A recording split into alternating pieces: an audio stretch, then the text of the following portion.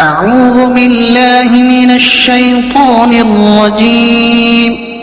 بسم الله الرحمن الرحيم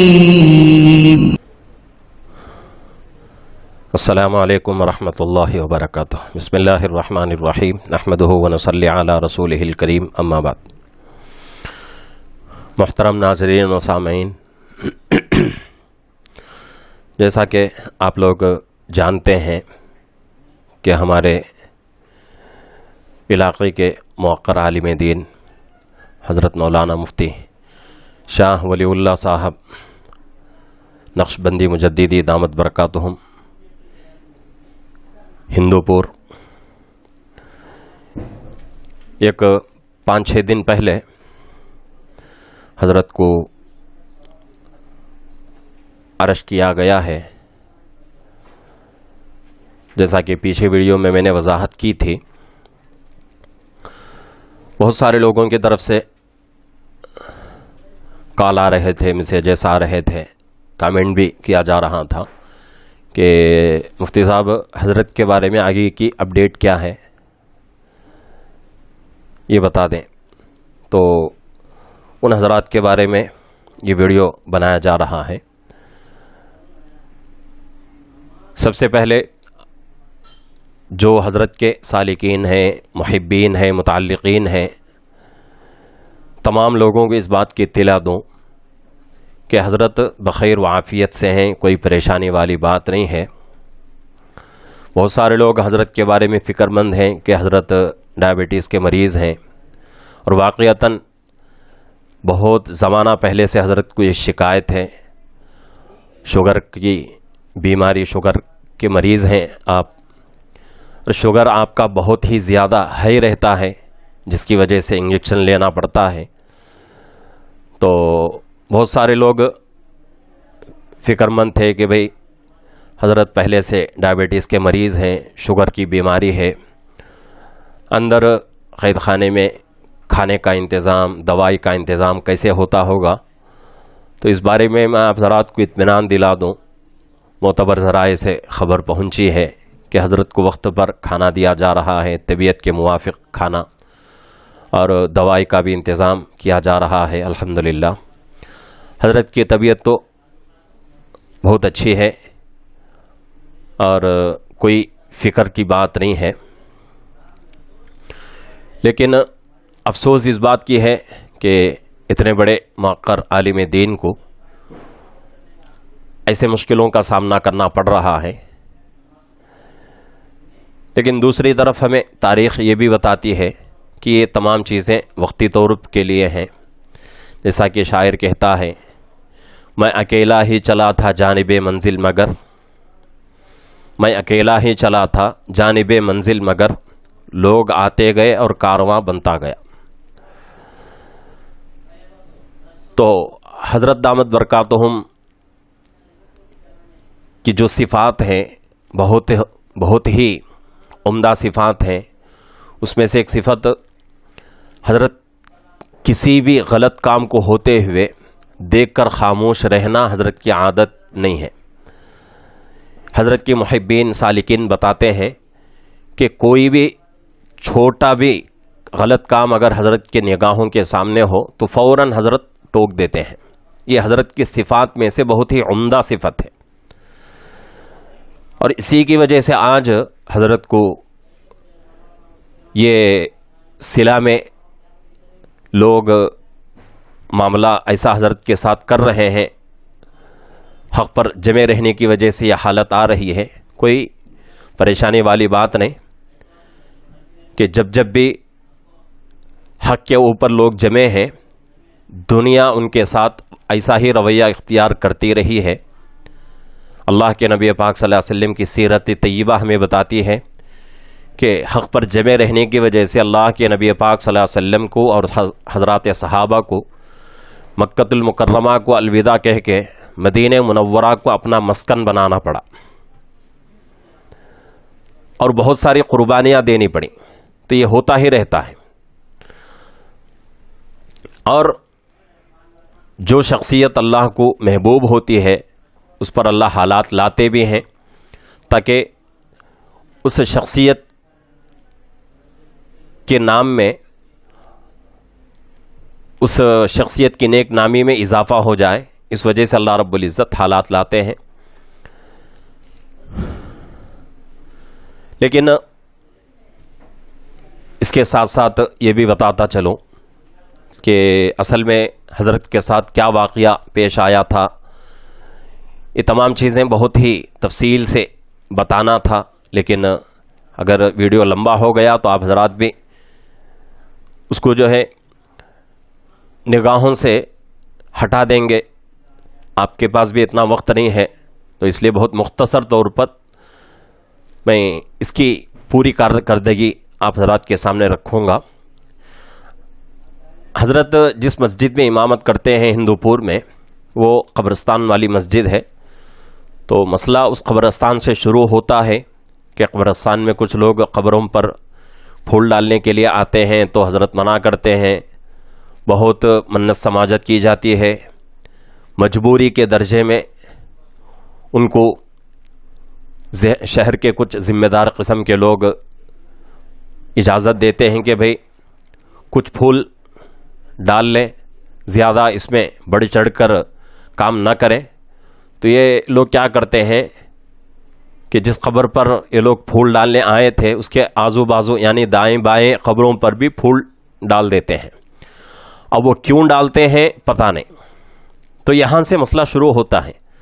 شروع ہو کر اتنا طول پکڑتا ہے کہ اس کی پاداش میں حضرت کو قید خانے میں جانا پڑا۔ اور جو واقعہ ہمارے سامنے آ رہا ہے، دو تین باتوں کی طرف آپ کا دھیان اس طرف متوجہ کروں، آپ کے دھیان کو، کہ ایک بات یہ آ رہی ہے کہ بھئی ایک جماعت حضرت کے مسجد میں تھی، تو حضرت نے اس جماعت کے ساتھ بے اخلاقی سے پیش آئے اور جماعت کو مسجد سے نکال دیے۔ ایسے الفاظ، ایسی باتیں آ رہی ہیں۔ مجھے معتبر ذرائع سے باتیں معلوم ہوئی ہیں، وہ اصل میں مسئلہ یہ ہوا تھا کہ جماعت آئی تھی، تعلیم وغیرہ ان کا ان کی ہو رہی تھی، تو مسجد کے مؤذن صاحب آئے، مؤذن صاحب آ کر جماعت کے امیر صاحب سے کہا کہ امیر صاحب یہاں فین کی ہوا آپ کو مکمل طریقے سے نہیں آتی، آپ تھوڑا بازو ہٹیں، فین کے نیچے بیٹھیں آرام سے۔ ایک بات یہ ہوتی ہے، اور دوسری بات یہ ہوتی ہے کہ ایک ساتھی قرآن لے کر حضرت کا پڑھنا شروع کرتے ہیں، تو حضرت کے جو سالکین ہیں، حضرت کے محبین ہیں، ان میں سے ایک نوجوان آتے ہیں، آ کر کہتے ہیں کہ بھئی یہ حضرت کا قرآن ہے، اس میں حضرت اکثر تلاوت کرتے ہیں اور نشان وغیرہ بھی اس میں لگا ہوا ہے، تو اس لیے اس قرآن کے بجائے آپ دوسرا قرآن لے کر تلاوت کریں۔ یہ دو مسئلے، ان دو مسئلوں میں حضرت کا دور دور تک کوئی تعلق نہیں، تو ان دو مسئلوں کو لوگوں نے، کچھ شرپسند لوگ جن کے ذہنوں میں خباثت بھری ہوئی ہے، گندگی بھری ہوئی ہے، شریر قسم کے لوگ، ان لوگوں نے کیا کیا، ان دو واقعات کو حضرت کی طرف منسوب کر دیا۔ یہ دو واقعات جب ہو رہے تھے، بتایا جا رہا ہے کہ حضرت اس وقت مسجد میں ہی نہیں تھے بلکہ اپنے گھر میں تھے، حضرت کو معلوم ہی نہیں یہ واقعات ہو گیا۔ شرپسند لوگوں نے کیا کیا، حضرت کی طرف منسوب کر دیا، شرارت ہو گئی۔ اب یہ مسئلہ جو ہے طول پکڑ لیا، اور اس میں بہت سارے لوگ ادھر ادھر کے جمع ہو گئے، ہاتھا پائی ہوئی۔ ایک نوجوان جن کا نام ابو بکر صدیق ہے، اور ایک نوجوان عالم ہے، یعنی کہ عالم کورس میں ہے، حضرت خود پڑھا رہے ہیں، معلوم ہوا مولوی سعد ہیں، جن کے والد صاحب ایک ویڈیو وائرل کیے ہیں، آپ حضرات کے علم میں ہوگا۔ تو ان دونوں کے ساتھ جو ہجوم آتا ہے، اس ہجوم کے ساتھ ہاتھا پائی ہوتی ہے۔ اس میں ایک بوڑھے آدمی جن کو کھاندہ کھسکنے کی بیماری رہتی ہے، وہ ہاتھا پائی میں ان کا کھاندہ کھسک گیا اور وہ مرہم وغیرہ کرا کے کٹ وغیرہ بنا کے تمام لوگ پولیس اسٹیشن کے پاس جا کر جمع ہو گئے اور کہہ رہے ہیں کہ یہ تمام کا تمام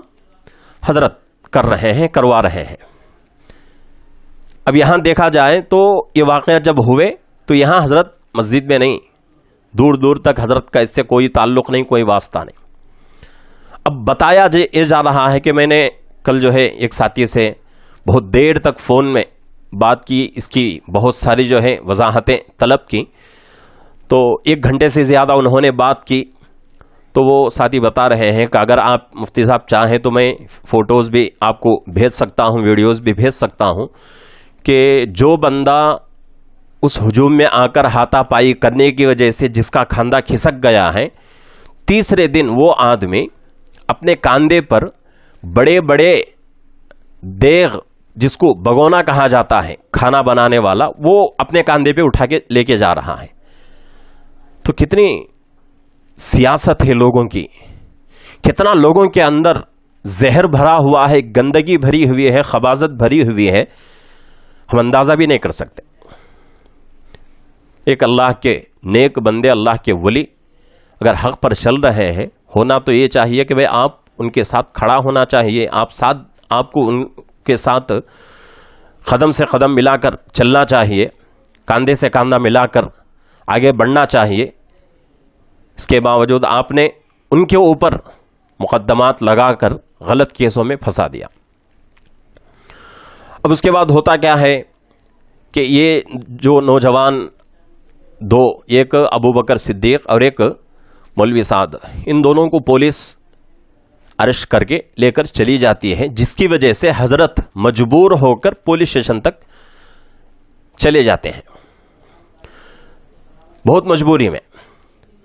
اس کے درمیان حضرت کے متعلقین حضرت سے کہہ رہے تھے کہ حضرت ایک وکیل کو رکھیں گے اور وکیل کے ذریعے سے کام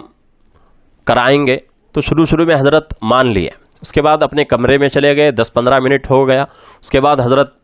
اپنے متعلقین کو بلا کر کہہ رہے ہیں کہ بھئی وکیل نہیں رکھنا چاہیے، اللہ کی طرف سے مجھے شرح صدر ہو چکا ہے کہ وکیل نہیں رکھیں گے، وکیل اگر رکھیں گے تو اللہ کی مدد ختم ہو جائے گی۔ یہاں سوچنے کی ضرورت ہے کہ بھئی 10-15 منٹ میں وہ اللہ کا بندہ اللہ سے لو لگا کر رشتہ جوڑ کے بیٹھتا ہے، اور اس 10-15 منٹ میں اللہ کی طرف سے اس کے دل پر القاء ہوتا ہے، شرح صدر ہوتا ہے، تو اس کا مقام اللہ کے یہاں کتنا اونچا ہے، سوچنے کی ضرورت ہے۔ تو اس کے بعد وکیل رکھنے کا جو فیصلہ کیا گیا تھا اس کو ختم کر دیا گیا، اس فیصلے کو۔ یہ مسئلہ پھر آگے بڑھتا ہے، اور آج کچھ لوگ جن میں علماء نما ہیں، اگر یہ کہوں تو جھوٹ نہیں ہو سکتا، علماء بھی موجود ہیں، کہہ رہے ہیں کہ حضرت کی زبان گندی ہے، حضرت گالیاں دیتے ہیں۔ تو اس کی وضاحت میں کر دوں، گالیاں دینے کا جو الزام حضرت کے اوپر لگ رہا ہے، وہ ویڈیو بھی میں نے دیکھا ہے، واقعتاً حضرت نے جو ہے گالی دی ہے، لیکن وہ مرحلہ ہی ایسا تھا، وہ سچویشن ہی ایسی تھی کہ آدمی قابو نہیں کر سکتا اپنے آپ کو، اس لیے کہ وہاں ایک آدمی آ کر حضرت کے والد صاحب جو کہ حافظ قرآن، قاری قرآن ہیں، حضرت کا نام حافظ و قاری رحمت اللہ صاحب ہیں، حضرت چند دن یعنی کہ میرا حفظ کا زمانہ تھا تو اس وقت ہمارے شہر پلوندلہ میں مرکز مسجد میں امامت کے فرائض بھی انجام دیے ہیں۔ تو حضرت کے ساتھ یعنی کہ حضرت کے والد صاحب کے ساتھ کچھ بات چیت ہو جاتی ہے، وہ آدمی حضرت کے والد صاحب کو برا بھلا کہتا ہے، تو اس کی وجہ سے حضرت کو بہت زیادہ غصہ آتا ہے، غصے میں حضرت اس کو ڈانٹتے ہیں، گالی دیتے ہیں۔ اب یہاں لوگ کہتے ہیں کہ بھئی حضرت کی زبان گندی ہے، اگر کوئی آدمی تمہارے باپ یا تمہاری ماں یا پھر تمہارے بچوں کو کچھ کہے، کیا آپ لوگ صبر کر لیں گے؟ جس کے اندر ضمیر زندہ ہو وہ آدمی صبر نہیں کر سکتا۔ جیسا کہ سیرت مبارکہ میں بات آتی ہے کہ غزوہ احد میں حضرت حمزہ رضی اللہ عنہ کو شہید کر دیا گیا، آپ کے ناک کان کاٹ کر آپ کا کلیجہ چبایا گیا۔ وہ لوگ بعد میں دائرے اسلام میں آ گئے، لیکن اللہ کے نبی صلی اللہ علیہ وسلم فرماتے ہیں کہ بھئی آپ لوگ کیا کرو، جب بھی میری مجلس میں بیٹھنا ہے تو میرے پیٹھ کے پیچھے بیٹھو، میرے سامنے مت بیٹھو۔ تو ایک ماں باپ کے ساتھ دلی تعلق ہوتا ہے، دلی محبت ہوتی ہے، اور جس کے ماں باپ کو برا بھلا کہے اس آدمی کو غصہ نہ آئے، میں سمجھتا ہوں وہ چلتا پھرتا مردہ ہے، اس کے اندر جان ہے لیکن احساس کچھ نہیں ہے، بے شرم ہے وہ۔ تو جب ماں باپ کے اوپر بات آتی ہے تو آدمی بے قابو ہو جاتا ہے۔ اور بعض لوگ کہتے ہیں کہ بھئی حضرات صحابہ بڑی بڑی قربانیاں دیں، اور اللہ کے نبی صلی اللہ علیہ وسلم کافر لوگ آپ کو ستاتے تھے، مارتے تھے، لیکن آپ صبر کرتے تھے۔ ہم بھی مانتے ہیں، کوئی اس میں شک والی بات نہیں ہے، لیکن سیرت کا ایک پہلو یہ بھی کہتا ہے کہ ایک موقع پر اللہ کے نبی صلی اللہ علیہ وسلم نے 1 مہینے تک کافروں کے اوپر قنوت نازلہ کا اہتمام فرمایا۔ یہ بھی تو سیرت ہے ہمارے پاس۔ سیرت کا صرف ایک پہلو لیں گے، دوسرا پہلو ناقص ہو جائے گا۔ تو اس سے یہی نتیجہ نکلتا ہے کہ انسان کبھی کبھی حالات کے اعتبار سے بے قابو ہو جاتا ہے اور کبھی کبھی ہونا پڑتا ہے۔ اس بات کو لے کے آپ اتنی بڑی شخصیت کو اچھالنا اور اتنی بڑی شخصیت کے اوپر الزام لگانا، مقدمات میں پھنسانا، یہ آپ کی آخرت کو برباد کرنے والی چیز ہے۔ شاعر کہتا ہے، یہ جبر بھی دیکھا ہے تاریخ کی نظروں نے، یہ جبر بھی دیکھا ہے تاریخ کی نظروں نے، لمحوں نے خطا کی تھی صدیوں نے سزا پائی۔ لمحے، یہ غلط کام کرنے میں آپ لوگوں کو کچھ لمحے لگے ہیں، لیکن اس کی سزا آپ کو جو بھگتنا ہے صدیاں یاد رکھیں گی۔ یہاں تک حضرت کے قریبی لوگوں سے بات ہوئی میری، تو ایک ساتھی کہہ رہے ہیں کہ حضرت اتنا مجبور ہو کے حضرت کی زبان سے نکل گیا، جتنے لوگ اس معاملے میں پھنسے ہوئے ہیں اللہ ان کو معاف نہیں کریں گے۔ اب تمہاری دنیا آخرت کیسے بن سکے گی؟ سوچیں، اتنے بڑے اللہ کے ولی آپ کے حق میں بد دعا کریں، کیا آپ کامیاب ہوں گے؟ ظاہری اعتبار سے کامیابی کا نقشہ آپ دیکھ رہے ہوں گے، لیکن حقیقت میں آپ کا ہر قدم ناکامی کی طرف جا رہا ہے۔ ان چیزوں سے حضرت کا کوئی واسطہ نہیں، دور دور تک کوئی تعلق نہیں، پھر بھی جبر سے، ظلم سے حضرت کا نام اس پہ ٹھوس کر حضرت کے اوپر ناجائز مقدمات لگا دیے گئے، اور فوراً وہیں کے وہیں حضرت کے اوپر FIR بک ہوا۔ اس کے بعد وہاں سے فوراً کورٹ میں لے جایا گیا، کورٹ نے فوراً 15 دن کے لیے ریمانڈ دے دیا۔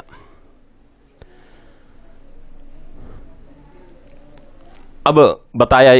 یہ جا رہا ہے کہ 23 تاریخ تک حضرت اندر رہیں گے۔ ہاں، ہو سکتا ہے پٹیشن بھی لوگوں نے داخل کی ہے، ہو سکتا ہے 1-2 دن میں 3 دن میں اللہ کی مدد شامل حال ہو جائے تو حضرت باعزت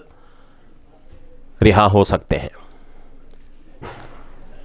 حضرت جیسا کہ شروع میں نے کہا،